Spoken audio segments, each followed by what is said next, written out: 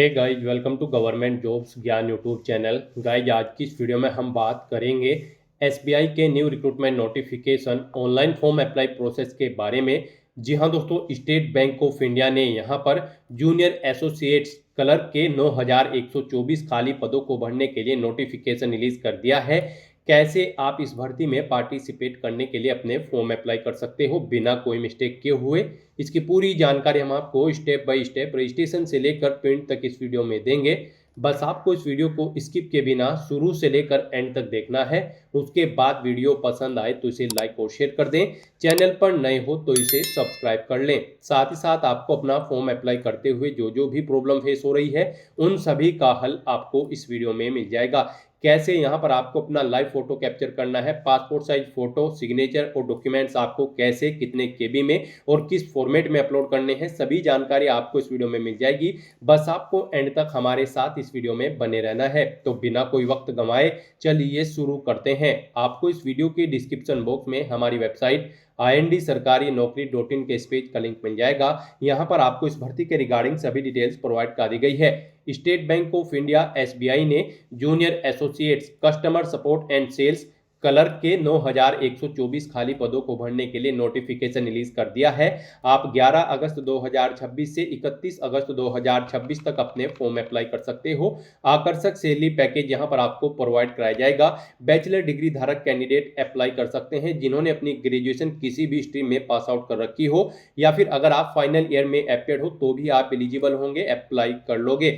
20 से 28 साल आपकी आयु सीमा रखी गई है। जनरल, ओबीसी, ईडब्ल्यूएस के लिए 750 रुपए फीस है। SC ST PH के लिए कोई फीस नहीं है। फीस का अमाउंट आप ऑनलाइन मोड से debit card, credit card, net banking या फिर यूपीआई के माध्यम से जमा करा सकते हो। सिलेक्शन प्रोसीजर की अगर बात करें तो कैंडिडेट का सिलेक्शन यहां पर प्री एग्जाम और मेन एग्जाम की परफॉर्मेंस के आधार पर होगा।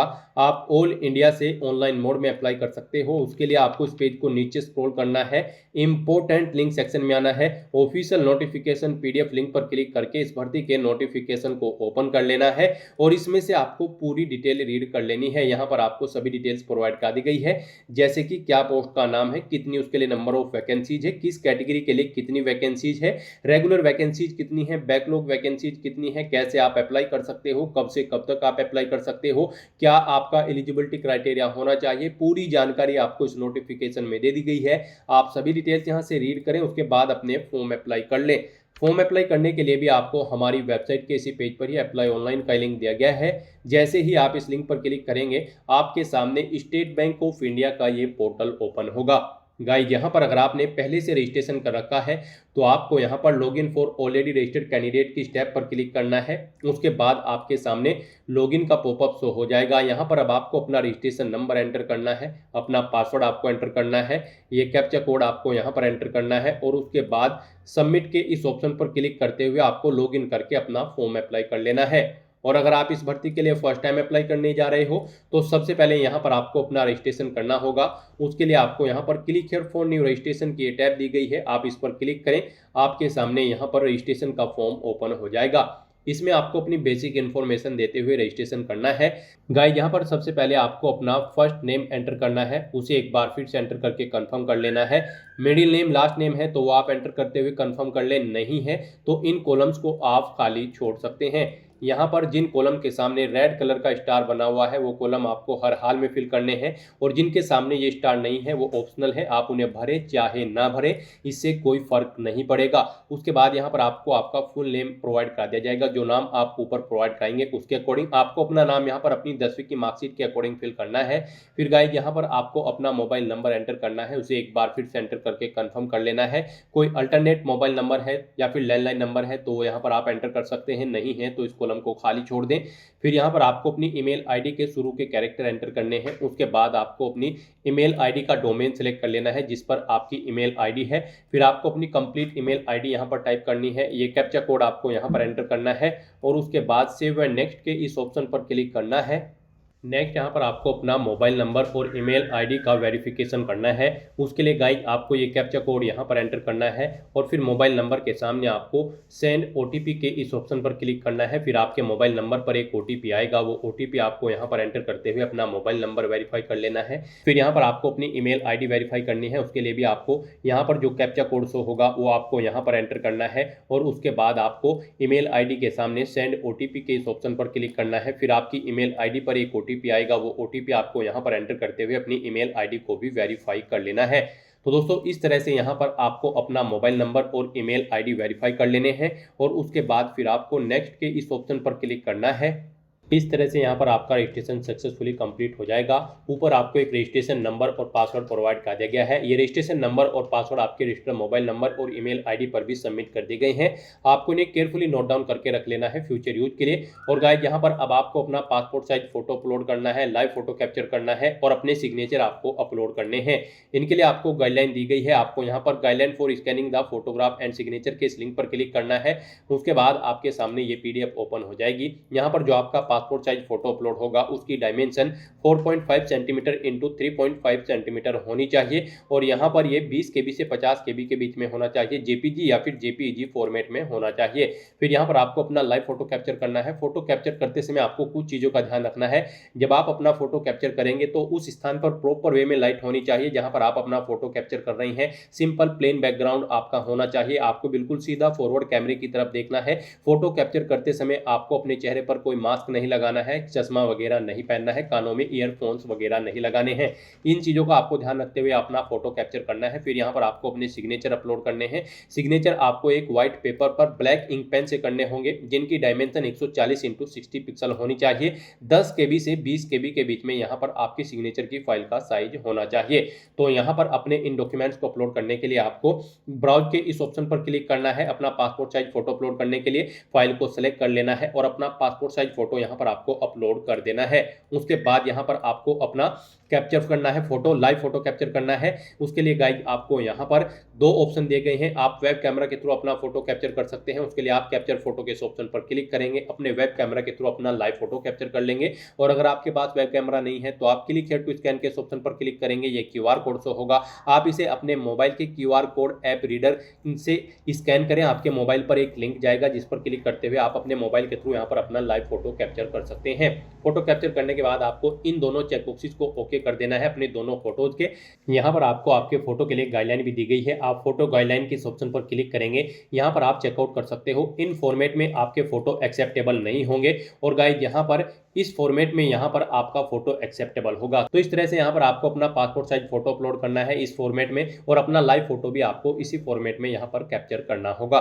फिर आपको यहाँ पर अपने सिग्नेचर अपलोड करने हैं। उसके लिए भी आपको इस पेज को नीचे स्क्रॉल करते हुए ब्राउज के इस ऑप्शन पर क्लिक करना है, फाइल को सेलेक्ट कर लेना है और अपने सिग्नेचर्स को यहाँ पर आपको अपलोड कर देना है। फिर आपको इस चेकबॉक्स को ओके करना है। इस तरह से यहाँ पर अपना फोटो और सिग्नेचर अपलोड करने के बाद फिर आपको नेक्स्ट के इस ऑप्शन पर क्लिक करना है। नेक्स्ट आपके सामने कुछ इस तरह से इंटरफेस ओपन होगा। अब यहाँ पर आपका फॉर्म स्टार्ट हो चुका है। गाइस यहाँ पर सबसे पहले आपको अपना सर्कल सेलेक्ट करना है, फिर उसका स्टेट सेलेक्ट करना है। उस स्टेट के अंतर्गत यहाँ पर अगर सर्कल में आपको प्रेफरेंस के लिए ऑप्शन मिलेगा तो यहाँ पर आपको अपने दो सर्कल सेलेक्ट कर लेने होंगे, दो प्रेफरेंस यहाँ पर आपको सेलेक्ट कर लेनी होगी अपनी चॉइस के अकॉर्डिंग। यहाँ पर किसी स्टेट के अंतर्गत आपको यहाँ पर सर्कल प्रेफरेंस का ऑप्शन नहीं मिलेगा तो उसमें आपको यहाँ पर ये प्रेफरेंस सेलेक्ट नहीं करनी होगी। तो आप अपने अकॉर्डिंग यहाँ पर प्रेफरेंस सेलेक्ट कर लेंगे अगर किसी स्टेट के अंतर्गत आपको प्रेफरेंस का ऑप्शन मिलता है। फिर यहाँ पर गाइस आपको अपनी लोकल लैंग्वेज उस स्टेट की सिलेक्ट कर लेनी है जिसके लिए आपने यहाँ पर सर्कल सेलेक्ट किया है। फिर यहाँ पर आपसे पूछा गया है आपकी जो ये लोकल लैंग्वेज है वो आपके पास 10वीं या फिर 12वीं क्लास में एक सब्जेक्ट के तौर पर थी या फिर इसके लिए आपने कोई अलग से सर्टिफिकेट कर रखा है। तो यहाँ पर आप यस या नो अपने अकॉर्डिंग ऑप्शन सेलेक्ट करेंगे। आपके पास 10वीं या फिर 12वीं क्लास में ये एक सब्जेक्ट के तौर पर होनी चाहिए या फिर इसका सर्टिफिकेट होना रिक्वायर्ड है उस स्टेट की लोकल लैंग्वेज का जिस स्टेट के लिए आप अप्लाई कर रहे हैं। तो यहाँ पर आपको यस ऑप्शन सेलेक्ट करना है। फिर गाइस यहाँ पर आपको अपनी कैटेगरी सेलेक्ट करनी है। आप जिस कैटेगरी से बिलोंग करते हैं, जनरल, ईडब्ल्यूएस, ओबीसी, एससी या फिर एसटी, आप अपने अकॉर्डिंग यहाँ पर ऑप्शन सेलेक्ट करेंगे। उसके बाद यहाँ पर आपको सब कास्ट देनी होगी अगर आप रिजर्व कैटेगरी से बिलोंग करते हैं। फिर यहाँ पर आपसे पूछा गया है कि अगर आप ईडब्ल्यूएस कैंडिडेट है तो आप अपना ईडब्ल्यूएस सर्टिफिकेट यहाँ पर प्रोड्यूस करेंगे जब आपको यहाँ पर डॉक्यूमेंट्स वेरिफिकेशन के लिए बुलाया जाएगा। अगर आप यहाँ पर ईडब्ल्यूएस कैटेगरी सेलेक्ट करते हैं तो आपके सामने ये ऑप्शन इनेबल होगा, अदरवाइज ये आपको डिसेबल कर दिया जाएगा। फिर आपसे पूछा गया है कि क्या आप यहाँ पर एसबीआई के ट्रेंड अप्रेंटिस कैंडिडेट हैं, अगर हैं तो आप यस करेंगे। और फिर गाइस यहाँ पर आप टाइम पीरियड सेलेक्ट करेंगे अपनी अप्रेंटिस का, और यहाँ पर उसके बाद आपको अपनी HRMS ID एंटर करनी होगी। और अगर आप SBI अप्रेंटिस ट्रेन कैंडिडेट नहीं है तो आप सिंपली नो ऑप्शन सेलेक्ट करेंगे। फिर ये ऑप्शन आपके सामने डिसेबल्ड कर दी जाएंगे, डिटेल आपको नहीं देनी होगी। उसके बाद आपसे पूछा गया कि क्या आप PWBD कैटेगरी कैंडिडेट हैं और आपकी डिसेबिलिटी 40% से अबव है, अगर है तो आप येस ऑप्शन सेलेक्ट करेंगे, अपनी डिसेबिलिटी का टाइप सेलेक्ट करेंगे। फिर गाइस यहाँ पर आप अपनी सब टाइप सेलेक्ट करेंगे अपनी डिसेबिलिटी का। उसके बाद आपको यहाँ पर अपनी अगर मल्टीपल डिसेबिलिटी है तो उसकी डिटेल देनी होगी, सब टाइप ऑफ डिसेबिलिटी है तो उसकी डिटेल देनी होगी। और अगर आप PWBD कैटेगरी कैंडिडेट नहीं है तो आप सिंपली नो ऑप्शन सेलेक्ट करेंगे। फिर यहाँ पर आपको अपनी डिसेबिलिटी की डिटेल नहीं देनी होगी। उसके बाद आपसे पूछा गया है कि क्या आप person with specified disability cover करना चाहते हैं under the definition of section 2H के, अगर चाहते हैं तो यस करें और फिर उसकी डिटेल दें, नहीं चाहते हैं तो आप नो ऑप्शन सेलेक्ट कर लें। उसके बाद यहाँ पर आपको अपना रिलीजन सेलेक्ट करना है। फिर यहाँ पर आपसे पूछा गया है कि क्या आप माइनॉरिटी कम्युनिटी के अंतर्गत आते हैं, अगर आते हैं तो यस करें, नहीं आते हैं तो नो ऑप्शन आप सेलेक्ट कर लें। फिर यहाँ पर आपको आपकी नेशनलिटी ऑटोमेटिकली फिर मिलेगी इंडियन। उसके बाद आपसे पूछा गया है कि क्या आप एज में रिलैक्सेशन चाहते हैं, अगर आप विडो है या फिर डाइवोर्स वुमेन है, अगर चाहते हैं तो आप यस करेंगे और नहीं चाहते हैं तो आप नो ऑप्शन सेलेक्ट कर लेंगे। उसके बाद आपसे पूछा गया है कि क्या आप EX सर्विसमैन कैंडिडेट हैं, अगर हैं तो आप यस ऑप्शन सेलेक्ट करेंगे। और फिर यहाँ पर सर्विस के पीरियड आप बताएंगे मंथ्स में, कितने मंथ्स का आपको यहाँ पर एक्सपीरियंस है, और अगर नहीं है आप EX सर्विसमैन तो आप सिंपली नो ऑप्शन सेलेक्ट करेंगे। उसके बाद आपसे पूछा गया है कि क्या आप डिसेबल्ड EX सर्विसमैन कैंडिडेट हैं, अगर हैं तो यस करें और सर्विस पीरियड यहाँ पर मंथ में एंटर करें, नहीं है तो नो ऑप्शन आप सेलेक्ट कर लें। इस तरह से फिर आपसे पूछा गया है कि क्या आप dependent of serviceman kill in action DXS candidate हैं, अगर हैं तो आप यस करेंगे, नहीं तो आप फिर नो ऑप्शन सेलेक्ट कर लेंगे।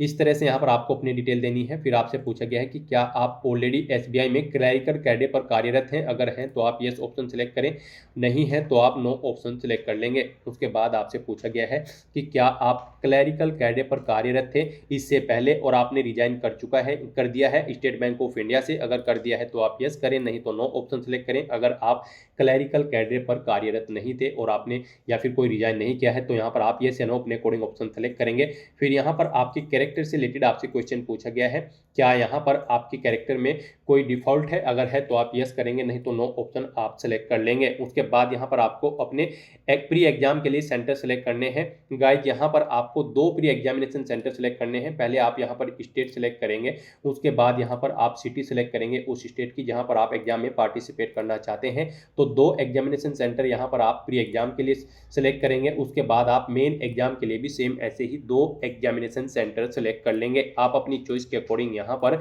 सिटी सेलेक्ट करें स्टेट सेलेक्ट करने के बाद। तो गाइस इस तरह से यहाँ पर आपको अपने प्री और मेन एग्जाम के एग्जामिनेशन सेंटर सेलेक्ट करने हैं। उसके बाद आप एग्जाम टाइम पीरियड के दौरान कौन सी आईडी अपनी शो करेंगे वो यहाँ पर आपको बताना होगा। आप इस चेकबॉक्स को ओके करेंगे, यहाँ पर आईडी प्रूफ सेलेक्ट करेंगे, जो आईडी प्रूफ आप एग्जाम टाइम के दौरान शो करना चाहते हैं, Aadhaar, passport, PAN card, driving licence, जो भी आप यहाँ पर शो करना चाहते हैं वो आप सेलेक्ट करें, उसका नंबर यहाँ पर आप एंटर करें। फिर यहाँ पर आपसे पूछा गया है आपके क्वेश्चन पेपर का मीडियम, आप किस मीडियम में अपना क्वेश्चन पेपर चाहते हैं, English and Hindi, English and Urdu, आपकी स्टेट की लोकल लैंग्वेज के अकॉर्डिंग यहाँ पर आपको ये ऑप्शन देखने को मिल जाएंगे जो ऊपर आपने स्टेट सेलेक्ट किया है, आप अपने अकॉर्डिंग यहाँ पर ऑप्शन सेलेक्ट करेंगे। उसके बाद आपको अपनी पर्सनल डिटेल यहाँ पर देनी है, आपको अपनी डेट ऑफ बर्थ यहाँ पर सेलेक्ट कर लेनी है, अपना जेंडर आपको सेलेक्ट करना है। आप जुड़वा भाई बहन हैं तो आप यस ऑप्शन सेलेक्ट करेंगे, उनका जेंडर सेलेक्ट करेंगे, उनका नाम यहाँ पर देंगे, नहीं है तो नो ऑप्शन आप सेलेक्ट कर लेंगे। फिर आपको अपना मैरिटल स्टेटस यहाँ पर सेलेक्ट कर लेना है, आप मैरिड हो, अनमैरिड हो या फिर विडोवर हो या फिर डाइवोर्स, आप अपने अकॉर्डिंग ऑप्शन सेलेक्ट करें। फिर गाइस यहाँ पर आपको अपना आधार नंबर एंटर करना है। उसके बाद आपसे पूछा गया है कि क्या आप अपने आधार का यूज करने की सहमति प्रदान करते हैं, अगर करते हैं तो यस करें, नहीं तो नो ऑप्शन आप अपने अकॉर्डिंग सेलेक्ट कर लें। उसके बाद आपको यहाँ पर अपने फादर का फर्स्ट नेम एंटर करना है, मिडिल नेम लास्ट नेम है तो वो आप एंटर कर दें, नहीं है तो इन कॉलम को खाली छोड़ दें। उसके बाद आपको अपनी मदर का फर्स्ट नेम एंटर करना है, उनका मिडिल नेम लास्ट नेम है तो वो आप एंटर करें, नहीं है तो इन कॉलम को खाली छोड़ दें। फिर अगर आप मैरिड हैं तो यहाँ पर आप अपने हस्बैंड या वाइफ का फर्स्ट नेम एंटर करेंगे, middle name last name enter करेंगे, मिडिल नेम लास्ट नेम नहीं होगा तो इन कॉलम को आप खाली छोड़ सकते हैं। और अगर आप अनमैरिड हो तो फिर आपको ये कॉलम डिसेबल्ड कर दिया जाएगा, यहाँ पर आपको कुछ भी टाइप नहीं करना है। उसके बाद गाइस यहाँ पर आपको अपने एड्रेस की डिटेल देनी है। यहाँ पर पहले आप अपना कोरोस्पोंडेंस एड्रेस एंटर करेंगे। उसके बाद यहाँ पर आप अपना परमानेंट एड्रेस एंटर करें। यहाँ पर आपको अपना परमानेंट एड्रेस एंटर करना है और अगर आपका परमानेंट एड्रेस आपके कोरोस्पोंडेंस एड्रेस के अकॉर्डिंग सेम है तो आप same as address for correspondence में इस चेकबॉक्स को ओके कर देंगे।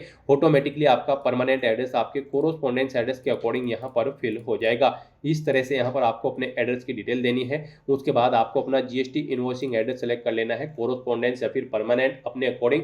उसके बाद यहाँ पर आपको आपकी कैटेगरी के अकॉर्डिंग एप्लीकेशन फीस का अमाउंट देखने को मिल जाएगा। General, OBC, EWS category candidate के लिए 750 रुपये फीस है। SC, ST, pH category candidate के लिए कोई फीस नहीं है, वो फीस पेमेंट से यहाँ पर एक्सेम्प्टेड है। तो यहाँ पर अब आपको अपनी डिटेल प्रोवाइड करने के बाद वैलिडेट योर डिटेल के इस ऑप्शन पर क्लिक करते हुए अपनी ऊपर दी गई सभी डिटेल्स को वैलिडेट कर लेना है और उसके बाद गाइज फिर आपको यहाँ पर सेव एंड नेक्स्ट के इस ऑप्शन पर क्लिक करना है। नेक्स्ट यहाँ पर आपको अपनी क्वालिफिकेशन, एक्सपीरियंस और लैंग्वेजेस की डिटेल प्रोवाइड करनी है। गाइस यहाँ पर एसबीआई क्लर्क की इस भर्ती में पार्टिसिपेट करने के लिए आपके पास बैचलर डिग्री होनी चाहिए किसी भी डिसिप्लिन के अंतर्गत, किसी वेल रिकॉग्नाइज्ड यूनिवर्सिटी से, या फिर अगर आप फाइनल ईयर में भी एपेड है ग्रेजुएशन में तो भी आप अप्लाई कर सकते हो। तो यहाँ पर सबसे पहले आपको बताना है आप पास आउट हैं या फिर एपेड है फाइनल ईयर में ग्रेजुएशन में, आप अपने अकॉर्डिंग ऑप्शन सेलेक्ट करें। फिर यहाँ पर आप बताएं आप किस स्ट्रीम के अंतर्गत अपनी ग्रेजुएशन कर रहे हैं, आर्ट, कॉमर्स, साइंस, एग्रीकल्चर, आप अपने अकॉर्डिंग ऑप्शन सेलेक्ट करें।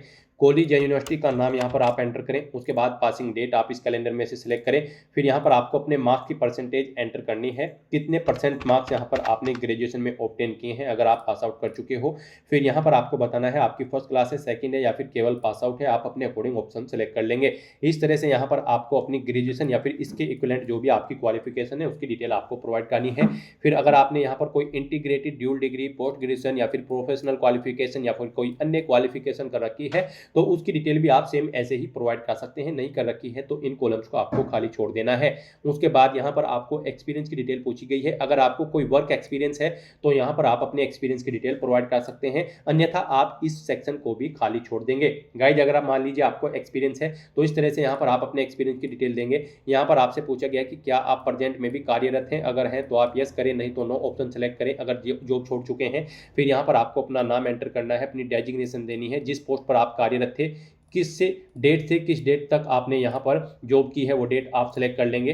नेचर ऑफ ड्यूटी यहाँ पर आप देंगे, जॉब छोड़ चुके हैं तो इसे छोड़ने का कारण देंगे। इन डेट्स के अकॉर्डिंग यहाँ पर आपका एक्सपीरियंस कैलकुलेट करके आपको शो कर दिया जाएगा। और अगर आपको एक से ज़्यादा जगह वर्किंग एक्सपीरियंस है तो फिर आप ऐड मोर के ऑप्शन पर क्लिक करेंगे। सेम ऐसी ही एक और रो यहाँ पर ऐड हो जाएगी और उसमें भी आप अपने एक्सपीरियंस की डिटेल यहाँ पर ऐड कर सकते हैं। यहाँ पर आप 1 बाय 1 करके मल्टीपल एक्सपीरियंस की डिटेल्स ऐड कर सकते हैं। उसके बाद गाइड आपसे पूछा गया है कि क्या आप प्री एग्जाम ट्रेनिंग लेने के इच्छुक है। अगर आप एससी, एसटी, ओबीसी, ईएक्स, डीआईएसएक्स या फिर डीएक्सएस या फिर पीडब्ल्यू कैटेगरी कैंडिडेट है, अगर इन कैटेगरी के अंतर्गत आप आते हैं तो यहाँ पर आप प्री एग्जाम ट्रेनिंग लेने के इच्छुक हैं तो वो आप बताएं। अगर इच्छुक है तो यस करें और फिर यहाँ पर आप स्टेट सेलेक्ट करें किस स्टेट में आप ट्रेनिंग लेना चाहते हैं और उसका एक प्री एग्जाम ट्रेनिंग सेंटर आप सिलेक्ट कर लें। और अगर आप इच्छुक नहीं है प्री एग्जाम ट्रेनिंग लेने के इन कैटेगरीज के अंतर्गत तो आप नो ऑप्शन सेलेक्ट कर लेंगे। फिर यहाँ पर आपको अपनी लैंग्वेजेस की डिटेल प्रोवाइड करनी है। यहाँ पर आपने पीछे जो स्टेट सेलेक्ट किया है उसकी जो लोकल लैंग्वेज है वो यहाँ पर आपको ऑटोमेटिकली फील्ड मिलेगी, उसे आपको रीड, राइट और स्पीक आना जरूरी है। उसके बाद आप जो भी लैंग्वेज जानते हैं यहाँ पर आप उसे एंटर करें और उसके बारे में इंफॉर्मेशन दें। आप उसे रीड, राइट, स्पीक जो भी करना जानते हैं वो डिटेल यहाँ पर आप प्रोवाइड कर सकते हैं। इस तरह से यहाँ पर आप अपनी लैंग्वेज की डिटेल देंगे। गाइज इस तरह से यहाँ पर आपको अपनी क्वालिफिकेशन, एक्सपीरियंस और लैंग्वेज की डिटेल देनी है और उसके बाद फिर आपको यहाँ पर वैलिडेट योर डिटेल के इस ऑप्शन पर क्लिक करते हुए ऊपर दी गई अपनी सभी डिटेल्स को वैलिडेट कर लेना है और उसके बाद फिर आपको सेव एंड नेक्स्ट के इस ऑप्शन पर क्लिक करना है। नेक्स्ट आपके सामने कुछ इस तरह से इंटरफेस ओपन होगा। यहाँ पर आपने अपने एप्लीकेशन फॉर्म में पीछे अब तक जो भी डिटेल प्रोवाइड की है उनका पूरा प्रीव्यू आपको शो कर दिया गया है। आपको सभी डिटेल्स केयरफुली चेकआउट करनी है। इस पेज को नीचे स्क्रॉल करना है, डिक्लेरेशन सेक्शन में आना है, आई एग्री के चेकबॉक्स को ओके करना है। फिर आपसे पूछा गया है आपने जो अपना नाम यहाँ पर प्रोवाइड कराया है क्या वो यहाँ पर सेम है आपके आईडी प्रूफ्स के अकॉर्डिंग। अगर है तो आप इस चेकबॉक्स को ओके करेंगे और अगर डिफरेंट है तो फिर यहाँ पर इस थर्ड चेकबॉक्स को आप ओके करेंगे। इन दोनों में से आपको एक चेकबॉक्स ओके करना है अपने अकॉर्डिंग। इस तरह से अपने डिटेल प्रोवाइड करने के बाद गाइड अगर आपको लगता है आपके एप्लीकेशन फॉर्म में कहीं पर कोई मिस्टेक है तो आप बैक बटन पर क्लिक करके एडिट कर सकते हैं और अगर सभी चीज़ें ओके हैं तो फिर आपको कंप्लीट रजिस्ट्रेशन के इस ऑप्शन पर क्लिक करना है। नेक्स्ट यहाँ पर आपको अपने डॉक्यूमेंट अपलोड करने हैं। यहाँ पर आपको अपना लेफ्ट थंब इंप्रेशन और handwritten declaration document upload करना है। इसके लिए भी आपको गाइडलाइन दी गई है। आपको गाइडलाइन फॉर डॉक्यूमेंट अपलोड के इस लिंक पर क्लिक करना है। उसके बाद आपके सामने गाइड यहाँ पर ये पीडीएफ ओपन हो जाएगी। यहाँ से आप चेकआउट कर सकते हो। आपका जो लेफ्ट थंब इम्प्रेशन होगा वो आपको यहाँ पर एक व्हाइट पेपर पर करना है, ब्लैक या फिर ब्लू इंक से, और उसके बाद यहाँ पर उसका टाइप जेपीजी या फिर जेपीजी होना चाहिए। फाइल का साइज 20 केबी से 50 केबी के बीच में होना चाहिए। फिर यहाँ पर आपको अपना handwritten declaration document upload करना है। वो आपको यहाँ पर इंग्लिश में टाइप करना है व्हाइट पेपर पर ब्लैक इंक पेन से। जेपीजी या फिर जेपीजी फॉर्मेट में आपका ये डॉक्यूमेंट होना चाहिए। डायमेंशन इसकी 800 × 400 पिक्सल होनी चाहिए और यहाँ पर फाइल का साइज 50 केबी से 100 केबी के बीच में होना चाहिए। इस तरह से यहाँ पर आपको एक गाइडलाइन दी गई है। आपका जो लेफ्ट थंब इंप्रेशन होगा उसकी डायमेंशन 240 × 240 पिक्सल रखी गई है।